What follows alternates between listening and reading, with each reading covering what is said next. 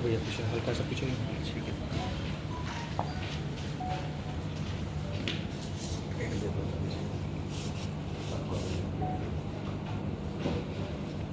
Police को Bihar STF की special team और मुजफ्फरपुर पुलिस और जो मुजफ्फरपुर पुलिस की डीआईयू यूनिट है, एक जॉइंट ऑपरेशन किया गया है। इसमें इनपुट प्राप्त हुआ था कि 7 तारीख को सुबह लगभग 2:30 से 3 बजे के बीच में 2 व्यक्ति हैं जो स्टेशन के बाहर हैं और साइड ट्रेन से वापस आए हैं और उनके पास में एक प्रतिबंधित हथियार होता है AK-47 असॉल्ट राइफल, उसके कुछ पार्ट्स हैं। इस सूचना के आधार पर टीम ने रेड की स्टेशन के बाहर और वहाँ से 2 लोगों की गिरफ्तारी की गई, जिसमें से एक व्यक्ति का नाम विकास है और दूसरे का नाम सत्यम है। जब इन तीनों को सर्च किया गया तो इनके पास से उस वेपन से संबंधित एक जो बट होता है, जो पीछे का पार्ट होता है, वो मिला और एक दूरबीन मिली। फिर इन दोनों से कड़ाई से पूछताछ की गई। इनके द्वारा अपराध को स्वीकार किया गया और इनकी निशानदेही के आधार पर फकली थाना अंतर्गत मलकौनी एक गाँव है, वहाँ पर छापेमारी की गई है और वहाँ छापेमारी करके देवमुनि नामक एक व्यक्ति जिनके घर पे रेड हुई थी, उनसे पूछताछ की गई और देवमुनि की निशानदेही के आधार पर उनके घर के पास में ही एक अबंडेंट जगह है, खाली जगह है, जहाँ से AK-47 हथियार है उसको बरामद किया गया है और 5 राउंड जिंदा कारतूस है।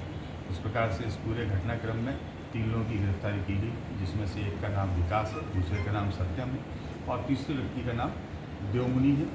उनके पास से 3 मोबाइल भी हम लोगों ने जब्त किए और जो ये हथियार जब्त किया गया ये काफ़ी सोफिस्टिकेटेड हथियार है, ऑटोमेटिक राइफल है, AK-47 असॉल्ट राइफल के रूप में इसको जाना जाता है और इन तीनों से ही काफ़ी डिटेल पूछताछ की गई है। पूछताछ के दौरान काफ़ी बातें हम लोग के प्रकाश में आई हैं, काफ़ी इनपुट्स हम लोगों को मिले हैं, चाहे वो बैकवर्ड लिंकेज के रूप में हो या फॉरवर्ड लिंकेज के रूप में हो, मतलब ये हथियार कहाँ से लाते थे और कहाँ इनके द्वारा सप्लाई किए गए, उस इनपुट्स के आधार पर हम लोग काम कर रहे हैं और इसमें जो अन्य फर्दर डेवलपमेंट्स होंगे उसके बारे में आप लोगों को आगे बताया जाएगा। किसी गिरोह से इनका तार जुड़ा हुआ था?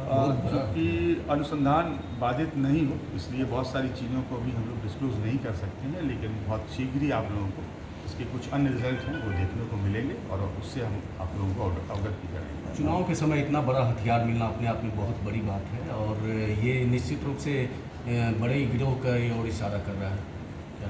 देखिए, इलेक्शन से इस एक्टिविटी का कोई बहुत सीधा संपर्क नहीं है। हालांकि इलेक्शन के दौरान भी हम लोगों की गहनता और तीव्रता बहुत बढ़ जाती है अपराध के क्षेत्र में और अपराध कर्मियों की गिरफ्तारी के दृष्टिकोण से, लेकिन इसमें टीम काफ़ी पहले से होमवर्क कर रही थी और ये लगभग पिछले 3 महीने की एक रिग्रेस एक्सरसाइज हुई है STF की तरफ से भी, जिला पुलिस की भी तरफ से। ये उसका रिजल्ट है और हम लोग इसमें आगे भी बढ़ रहे हैं। आपराधिक रिकॉर्ड सर कुछ इसका?